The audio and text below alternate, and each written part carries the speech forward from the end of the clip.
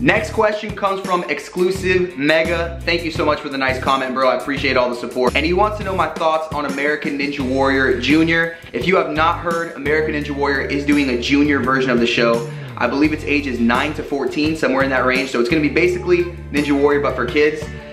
To be honest, man, I don't have too many thoughts on that show. I don't know very much about it.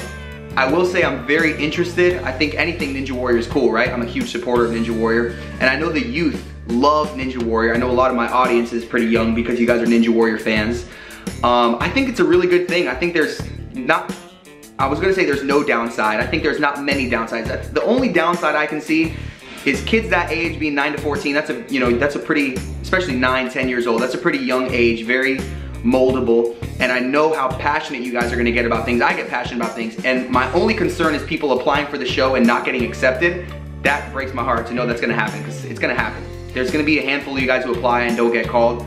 I applied to season 10 of Ninja Warrior and I didn't get called. It may not happen for you this year. Keep applying, keep training, keep being your best. But my only thought on American Ninja Warrior Junior is this. You've gotta be prepared to fail. I wasn't prepared to fail season 7 of Ninja Warrior, right? I put my whole heart and soul into that show. When I failed, I was crushed, and we can talk more about that in another video someday. I think it's gonna be a good experience for anybody who competes on Ninja Warrior Junior to fall and hit the water.